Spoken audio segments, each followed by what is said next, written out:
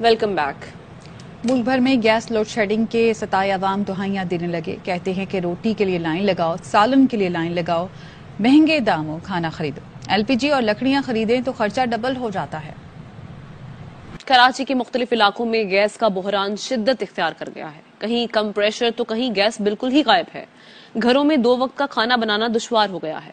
पाकिस्तान में तवानाई का शोबा तबाही के दहाने पर। पाकिस्तान को तवानाई के शोबे में $155 अरब की सरमायाकारी की जरूरत है। शुएब निजामी हमारे साथ मौजूद हैं, उनसे मजीद जानेंगे। शुएब, अपडेट कीजिएगा।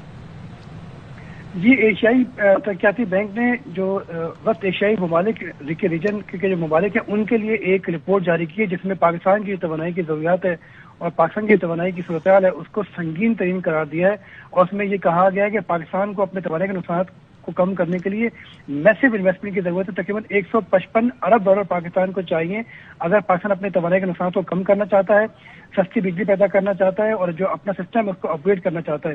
साथ साथ ये भी बताया गया कि पाकिस्तान में तवानाई की बड़ी गुंजाइश है, खासतौर पर मुतबादिल तवानाई के जरिए के पाकिस्तान में बड़ी गुंजाइश है। और खासतौर पे ये भी बताया गया कि पाकिस्तान में कोयले के तकरीबन 3 अरब टन के जो है वो ज़खायर मौजूद हैं। ताहम पाकिस्तान को जरूरत इस बात की है कि पाकिस्तान अपने बिजली के नुकसान को कम करे और सस्ती तवानाई के उसूल को फरोग दे। जी ठीक है, बहुत शुक्रिया आपका अपडेट करने के लिए। अब मुल्की मौसम का हाल। मुल्क के बेशतर इलाके शदीद सर्दी की लपेट में है। पारा नुक्ता इंजमात से नीचे गिर गया। स्कर्दू में दर्जा हरारत -11, ज़ियारत -9, अस्तोर, कोपस, कल्लात -7, गिलगित काला -6, हुंजा -5 और कोयटा में -4 डिग्री सेंटीग्रेड रिकॉर्ड किया गया। कराची में भी कोयटा की हवाएं असरअंदाज। आज कराची में कम से कम दर्जा हरारत 10 डिग्री रिकॉर्ड किया गया। महकमा मौसमियात ने सर्दी में इजाफे की पेशगोई की है।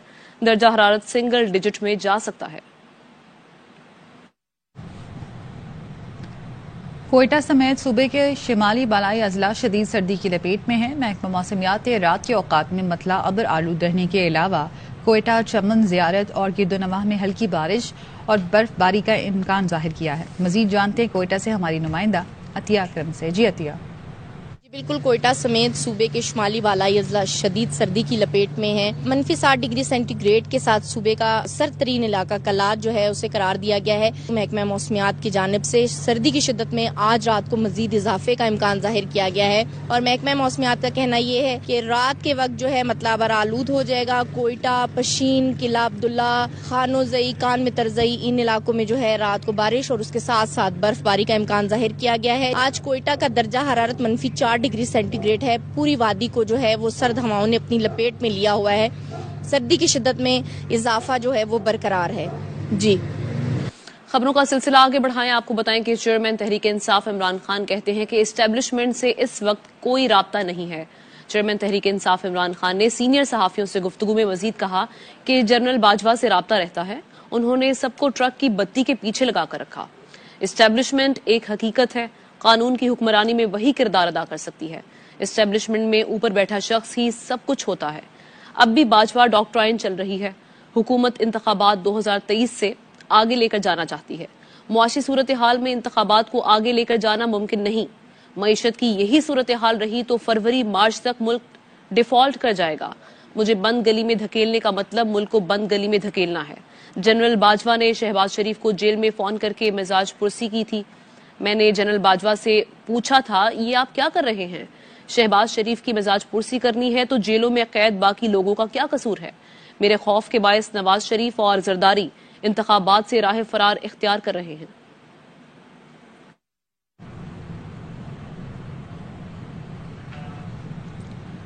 पंजाब के अवाम को मुबारक हो। अदालत ने गवर्नर की आइन शिकनी का रास्ता रोक दिया। वजीर आला पंजाब परवेज इलाही का रद्द-ए-अमल।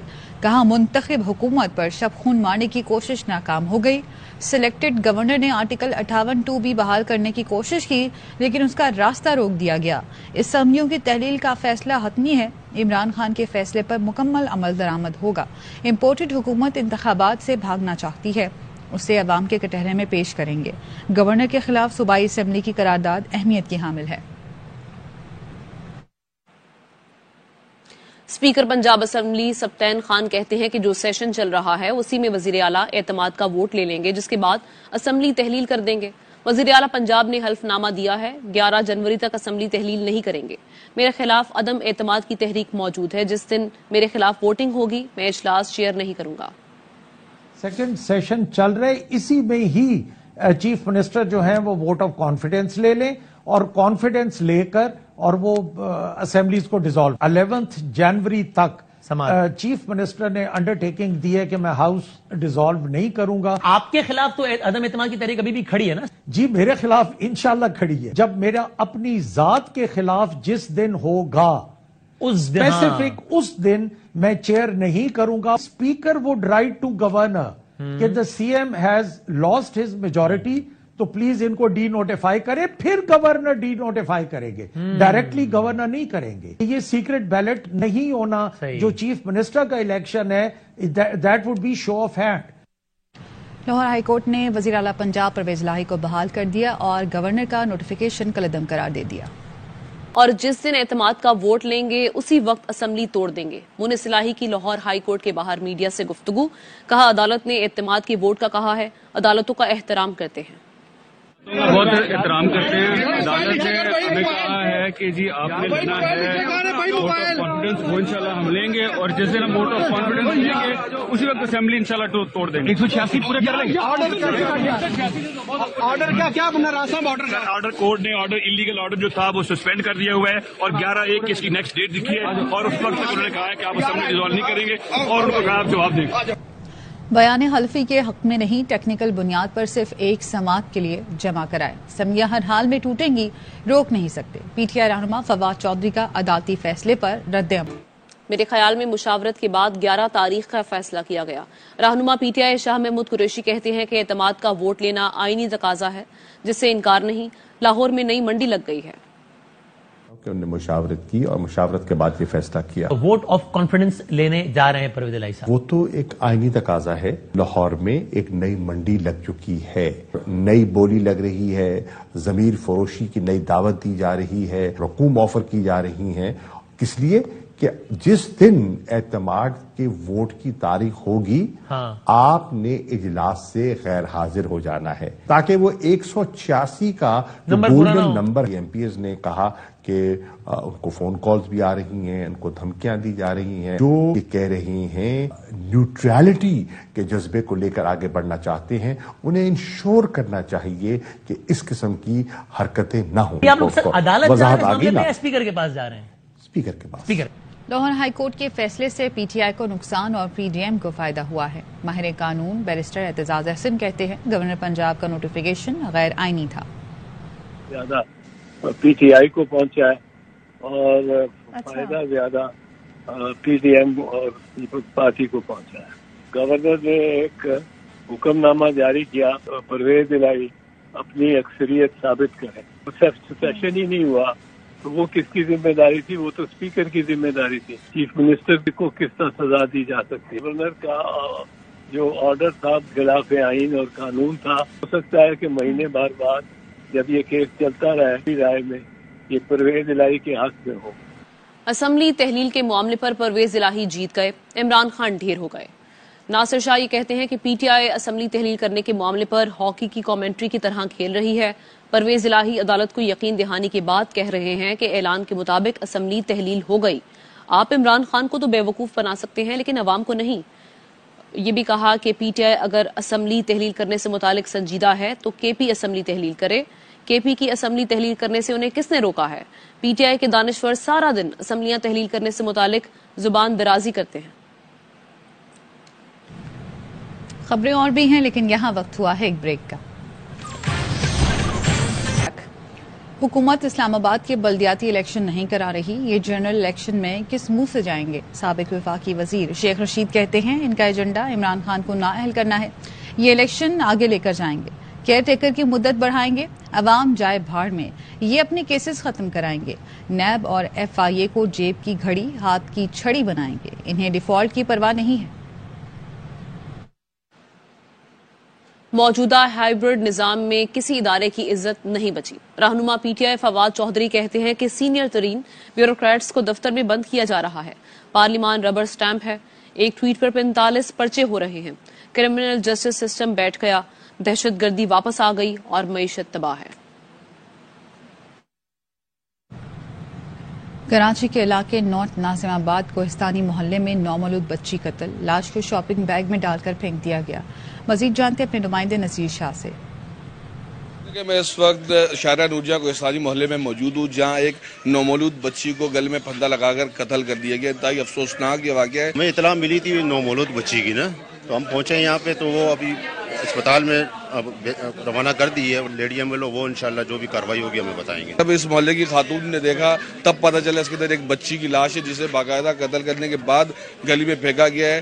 पुलिस यहाँ पर पहुंच चुकी है। अस्पताल में उसके पोस्टमार्टम के बाद पता चल सकेगा कि वजह मौत क्या है। जी, कराची में स्ट्रीट क्रिमिनल्स आजाद हैं, पुलिस के दावे और वजीर आला की हिदायत बेसुध। सुपर हाईवे पर मोबाइल छीनने के दौरान डाकुओं ने फायरिंग करके सिक्योरिटी गार्ड को कत्ल कर दिया। सीसीटीवी फुटेज में देखा जा सकता है कि मोटरसाइकिल पर सवार मुल्जिमान ने सिक्योरिटी गार्ड से लूट मार की कोशिश की, मज़ाहमत पर फायरिंग करके फरार हो गए, जबकि सिक्योरिटी गार्ड मौके पर ही जाँ बहक हो गया। सीटीडी पंजाब का मुख्तलिफ शहरों में ऑपरेशन, कलदम तंजीमों के साथ दहशतगर्दों को गिरफ्तार कर लिया। दहशतगर्दों से बारूदी मवाद, असले और ममनुआ लिटरेचर बरामद हुआ। तर्जुमान सीटीडी का कहना है कि मुल्जिमान मुख्तलिफ शहरों में दहशतगर्दी की मंसूबाबंदी में मुलविस हैं। तर्जुमान का कहना है कि रवा हफ्ते मुख्तलिफ शहरों में 443 कॉम्बिंग ऑपरेशन किए गए। 90 अफराद को कलदम तंजीमों से ताल्लुक रखने पर हिरासत में लिया गया।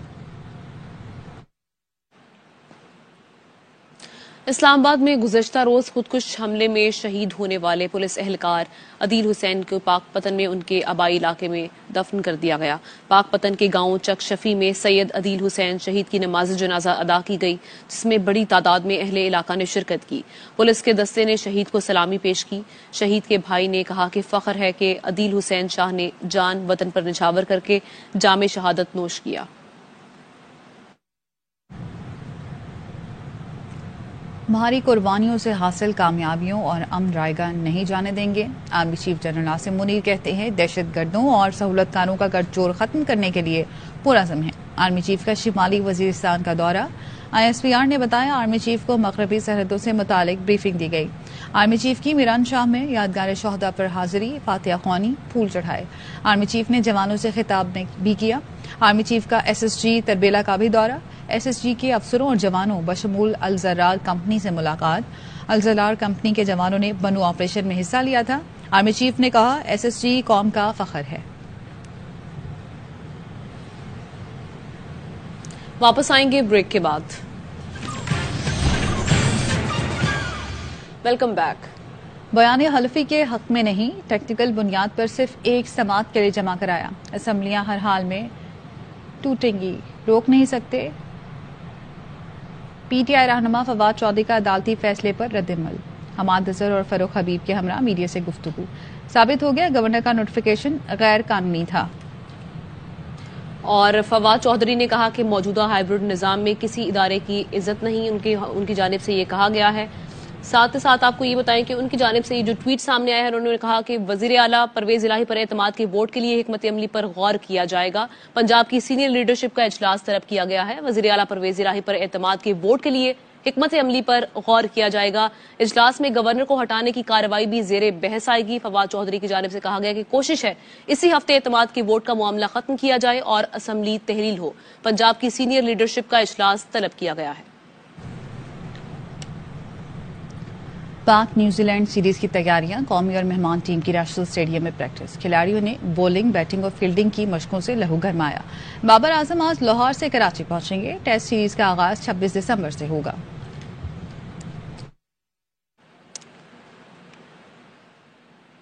इसके साथ ही न्यूज बुलेटिन से फिल वक्त इतना। किसी भी खबर की तफसील जानने के लिए विजिट कीजिए ARYnews.tv।